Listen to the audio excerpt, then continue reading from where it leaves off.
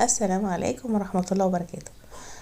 كل سنة وانتم طيبين. رمضان قرب وطبعا كلنا بنحضر ليه وبنجهز له وبنعمل الحاجات اللي هي بتسهل علينا في اللي احنا في سريعة كده في الأكل، والحاجات اللي بنحبها طبعا في السحور الزبادي واللبن والجبن.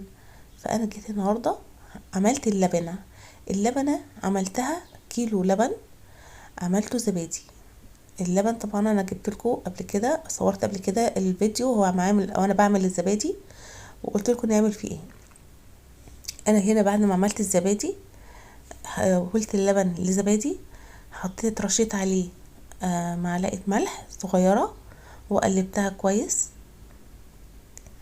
بالشكل ده، وحطيتها جبت شاشه او عن اي فلانه قديمه عندك وحطيتها فيها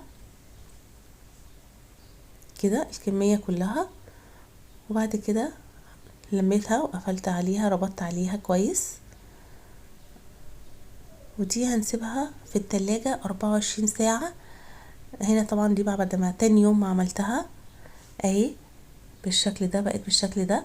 تحطي تحتيها مصفى عشان المية اللي هتنزل منها اهي. شكلها بقى عامل ازاي، بقت لبنة طعمها جامد حلو جدا اهي. دي المية اللي طلعت منها اللي صفت منها طول الليل. هنا شكل اللبنة اهي ناعمة وطرية جدا. كيلو لبن عمل معايا الكمية دي كلها. طبعا انا شايفين قد ايه هي طعمها شكلها حلو جدا وطعمها فعلا جميل قوي. هنا حطيتها في طبق وحطيت عليها زيت زيتون وفلفل. يا سلام بقى لو عندك عيش بتاو، جميلة جدا. من مطبخ نوني، بالهنا والشفا. ارائكم وكومنتاتكم. باي باي.